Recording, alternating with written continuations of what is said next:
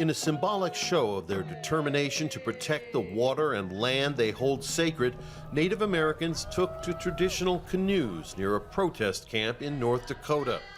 They want to stop construction of an oil pipeline that would tunnel beneath the Missouri River just outside the Standing Rock Sioux Reservation. What you see here in this camp right here is merely just a part of the growing climate justice movement.